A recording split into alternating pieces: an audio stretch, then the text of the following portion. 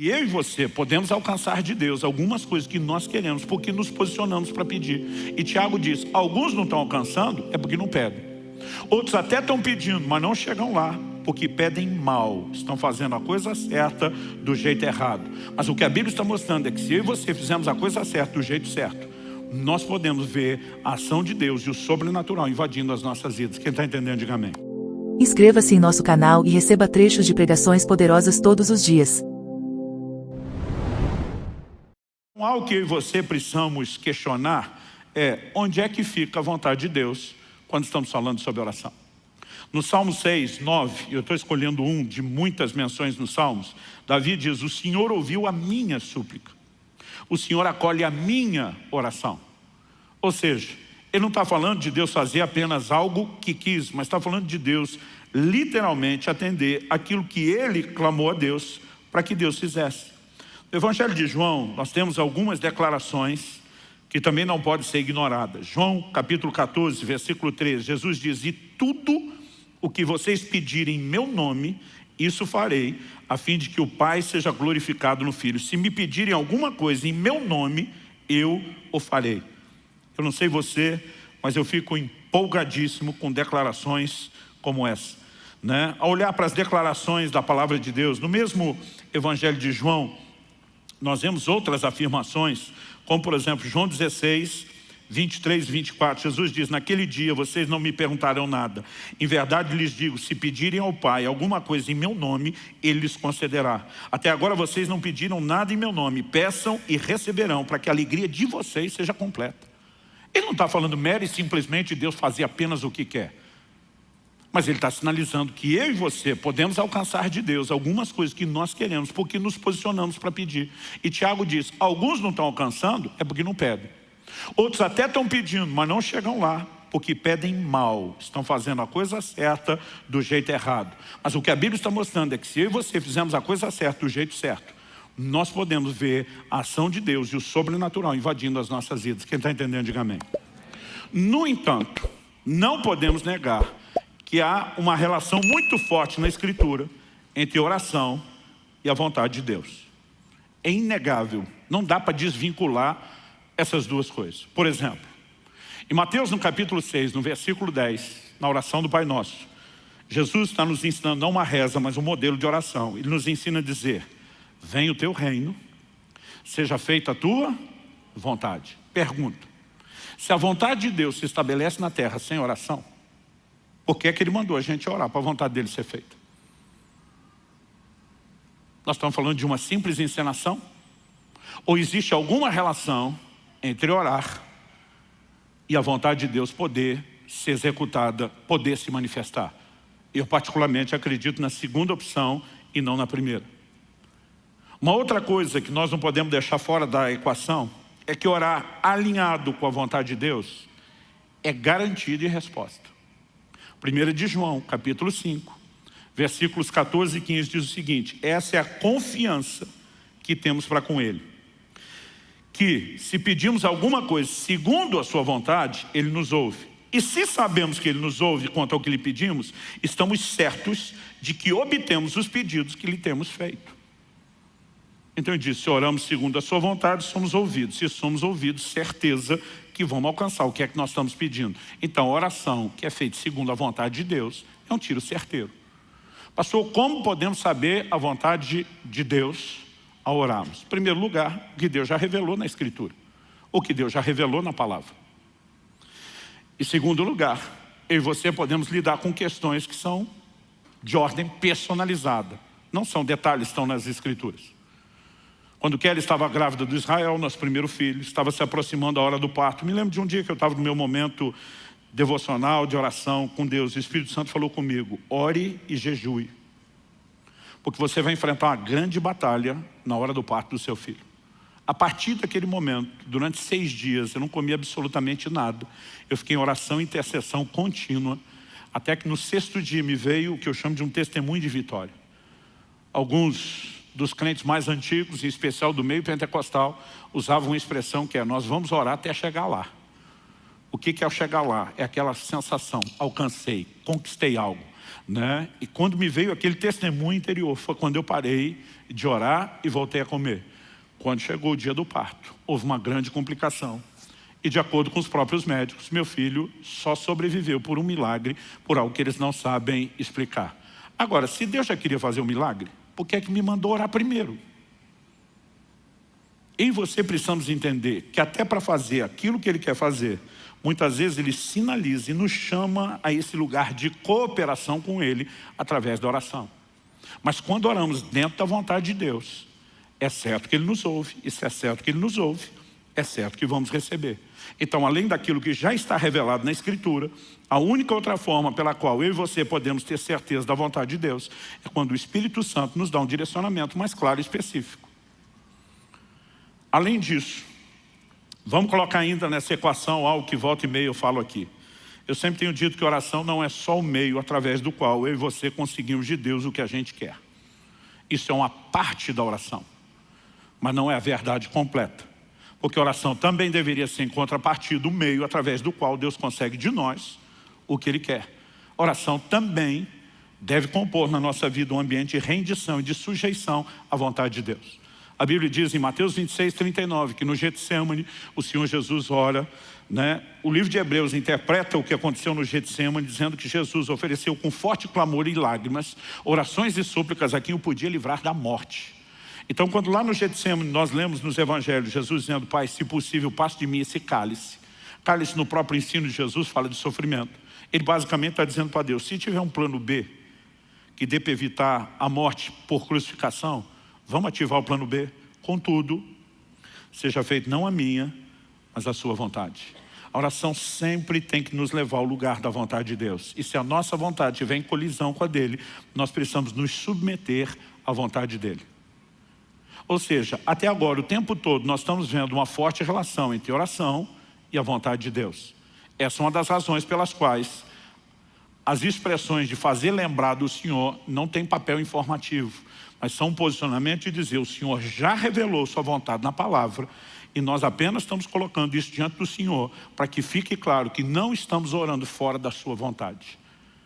Entender que há uma relação forte entre a oração e a vontade de Deus é importante. Mas não apenas entender que Deus não vai atender uma oração fora da sua vontade. Isso também é verdade e tem que ser trazido para dentro dessa ideia. Nós temos orações na Bíblia que foram ignoradas. Um exemplo disso, o que você vê em 2 Samuel, capítulo 12. Depois que Davi comete o pecado de adultério com Batseba, de homicídio de Urias, Natã, o profeta, é enviado a ele. Expõe e denuncia o pecado dele, anuncia uma palavra de juízo dizendo essas serão as consequências dos seus atos de pecado. E entre eles, Natã diz, a criança que foi gerada nessa relação pecaminosa vai morrer. Quando a criança adoeceu gravemente, Davi passa 7 dias prostrado, com a cara no chão, jejuando, clamando misericórdia sobre a criança. Mas o quadro dela não mudou. Porque Deus já havia sinalizado sua vontade. Você pecou, o juízo está acontecendo, você vai colher o fruto que você fez. E a situação não muda. Embora seja o mesmo Davi, que lá no Salmo 6:9, nós vimos ele dizendo, o Senhor atendeu a minha súplica, ele ouviu a minha voz. Aqui nós vemos Deus olhando para ele dizendo, nesse caso, você não vai ser atendido. Aliás, vamos tirar um exemplo pessoal só de Davi e vamos tentar ter um olhar mais abrangente, genérico. Provérbios 28:9 diz assim, quem desvia os ouvidos de ouvir a lei, aqui a lei de Deus, a palavra de Deus, até a sua oração será abominável. Ou seja, uma pessoa que está andando contrária à palavra de Deus, em deliberada quebra de mandamentos divinos, sua oração não só não será atendida, como a Bíblia diz, é abominável a Deus. Então é evidente que nossas orações têm um poder extraordinário dentro do escopo da vontade de Deus. Ou seja, orações fora da vontade de Deus não serão atendidas. Por outro lado, me parece muito claro também na Escritura que a vontade de Deus, sem as nossas orações, também não será executada. Então, qual seria a razão pela qual Deus nos chama a orar pelo cumprimento da sua vontade? E não estou falando só de Mateus capítulo 6, venha teu reino, seja feita a sua vontade. Por exemplo, me acompanhe em primeira carta de Paulo a Timóteo, no capítulo 2, 1 Timóteo, capítulo 2, e vamos ler junto a partir do versículo 1. O apóstolo diz assim, antes de tudo, Sabe o que significa essa expressão traduzida do original grego aqui como antes de tudo? Significa antes de tudo. Às vezes a gente sempre quer um significado diferente, mas é isso mesmo. Em outras palavras, ele está dizendo, não tem nada mais importante, isso aqui é primordial, é o ponto de partida, vem antes das demais coisas. Antes de tudo, o que é que vem antes de tudo? Peço e façam súplicas, orações, intercessões e ações de graças em favor de todos os homens, ou dependendo da versão, de todas as pessoas. Pergunta, por que é que Deus quer que a gente ore por todo mundo? O apóstolo continua, inspirado pelo Espírito, e diz, ore em favor dos reis e de todos os que exercem autoridade. Isso aqui não é só privilégio, é responsabilidade da igreja orar pelos governantes. O texto diz, para que vivamos vida mansa e tranquila, com toda piedade e respeito. Quantos acreditam que Deus quer que a gente tenha uma vida mansa e tranquila? Mas ele está dizendo, ore pelos reis e governantes, para que vocês possam ter isso.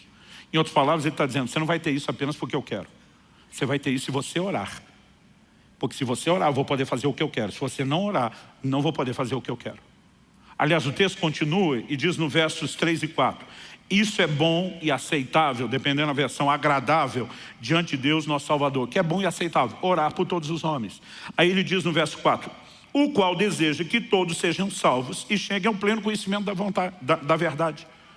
Mas se Deus deseja a vontade dele salvar todo mundo, por que é que eu tenho que orar? Pois é, o tempo todo é o que a Bíblia nos mostra, que a vontade de Deus sem oração não será executada. Por outro lado, a oração fora da vontade de Deus também não será atendida. Mas existe uma combinação entre oração e vontade de Deus que se torna uma química explosiva. E aí nós voltamos à pergunta do início. Por quê? Por que a oração é tão importante e necessária?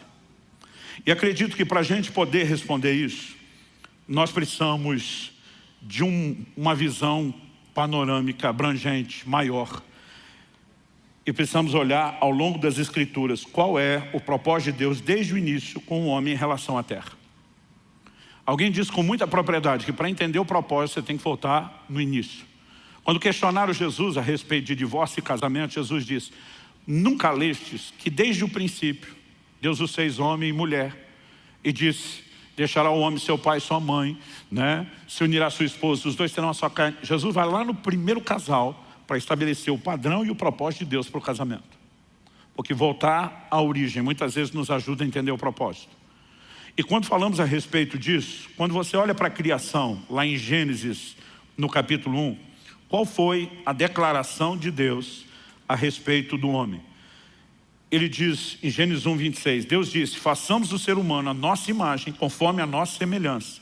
Tenha ele domínio.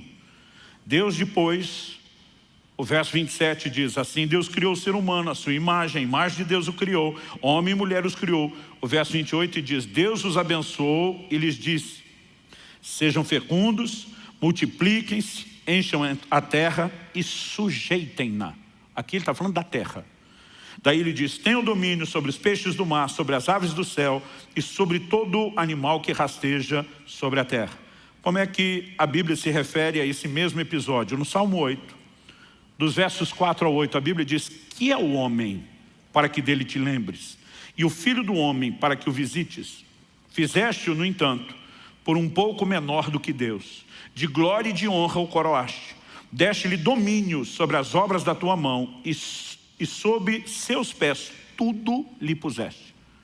Aí ele afirma nos versos 7 e 8, ovelhas, bois, todos, também os animais do campo, as aves do céu, os peixes do mar e tudo que percorre as veredas dos mares. Deus não estava dando domínio só sobre os animais, sobre toda a terra, sobre toda a criação, sobre tudo que Deus fez.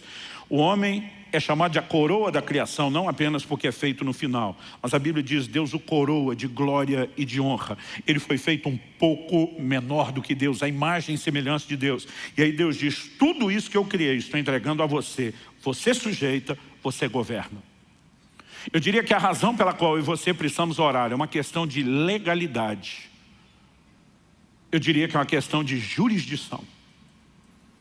Deus, ao criar o ser humano, diz, toda a terra criada está entregue ao seu governo e à sua autoridade. Você manda nisso aqui.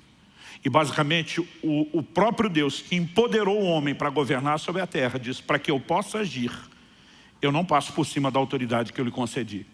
você precisa me solicitar formalmente para que eu possa interferir. O Salmo 115:16 resume isso dizendo: os céus são os céus do Senhor, mas a terra Deus a deu aos filhos dos homens. Por que é que Jesus nos ensina a orar dizendo: venha o teu reino, seja feita a tua vontade aqui na terra, como é feita nos céus? Porque na jurisdição dele, a vontade dele se estabelece sem restrição. Mas para que ela possa se estabelecer aqui, eu e você temos que clamar. Essa é a razão pela qual a vontade de Deus sem oração não se cumpre, e também pela qual a oração fora da vontade de Deus não atrai a intervenção dele. Mas é a razão pela qual a combinação das duas coisas é uma química explosiva. Quem está entendendo, diga amém. O que eu e você precisamos entender é que inclusive ratifica a autoridade que Deus deu ao homem. Outro dia alguém me perguntou: pastor, mas se o que o senhor está falando fosse verdade, que o homem tem autoridade sobre a terra e Deus não quer passar por cima e ele espera uma solicitação, como é que fica as declarações de que a Bíblia diz que do Senhor é a terra e a sua plenitude? Deus não transferiu a posse do que lhe pertence. Deus lhe transferiu a autoridade de governo por tempo determinado. Mas até que o prazo de arrendamento encerre, ainda que tudo pertença a Deus, a autoridade foi dada ao homem. Aí alguém me disse: ok, mas então o diabo também não poderia agir na terra, e parece que ele está meio solto. Eu falei: ele está. Diferente de Deus, ele está. E alguém me perguntou por quê. Eu falei: vamos para a tentação de Jesus no deserto. Lucas 4, versos 5 e 6. A Bíblia diz que Jesus, quando está sendo tentado pelo diabo, num dos momentos, o diabo lhe mostrou todos os reinos, as glórias do mundo, e diz para Jesus: tudo isso te darei, se prostrado me adorares. O diabo diz assim para Jesus: porque me foi entregue, e eu dou a quem quiser. Jesus não olha para o diabo e diz: mentiroso, nada disso é teu. Até porque se fosse mentira, não seria uma tentação. Jesus nem questiona o que o diabo está dizendo, se ele tem o poder de entregar ou não. Ele apenas diz: está escrito, ao Senhor teu Deus adorarás, e só ele servirás. E Jesus sabia muito bem que ele veio para tomar tudo aquilo de volta como Redentor, sem precisar se curvar diante do diabo, sabendo que quem vai se curvar diante dele é o próprio Satanás. Mas tirando o mérito do que faria, nós precisamos entender. Agora, se o diabo está dizendo: me foi entregue, eu dou a quem quiser, a pergunta é: quem entregou? Foi Deus? Não. Deus entregou tudo isso na mão do homem. Quem que pôs na mão de Satanás? O homem. 2 de Pedro 2,19 diz que quem é vencido em algo se torna escravo daquele que o vence. Quando o homem peca, tudo aquilo que Deus lhe confiou, toda a sua autoridade, automaticamente é transferida. Ainda que Jesus tenha vindo para resgatar, e a obra da redenção não se limita aos homens, envolve toda a terra e toda a criação, porque tudo foi afetado com o pecado. Ainda que Jesus tenha vindo para restaurar a autoridade do homem, nós voltamos a uma posição semelhante ao que era antes da queda. O homem tem autoridade e ele precisa reivindicar uma intervenção dos céus para que os céus possam entrar no lugar da jurisdição ou da legalidade humana. Ou seja, nós não estamos de forma alguma limitando o poder de Deus. Deus, por razões que pertencem a Ele, escolheu que as coisas funcionariam assim, revelou na sua palavra que esse é o formato. Então eu volto naquele questionamento do início. Alguns de vez em quando me perguntam: e a soberania de Deus, onde fica? Eu falei: fica com Ele. Ele continua sendo soberano. Ele que decidiu agir assim, não foi a gente que convenceu Ele. Nós não iludimos Ele para participar do processo e conseguimos fazer Ele acreditar como se Ele não fosse soberano. Ele, o Criador, Senhor de todas as coisas, decidiu e revelou isso na sua palavra. Ponto final. A pergunta é: o que é que eu e você vamos fazer com a autoridade que nos foi dada, com a autoridade que nos foi entregue? A Bíblia está dizendo: alguns não têm porque não pedem. Os céus não vão se mover em favor de quem não pede.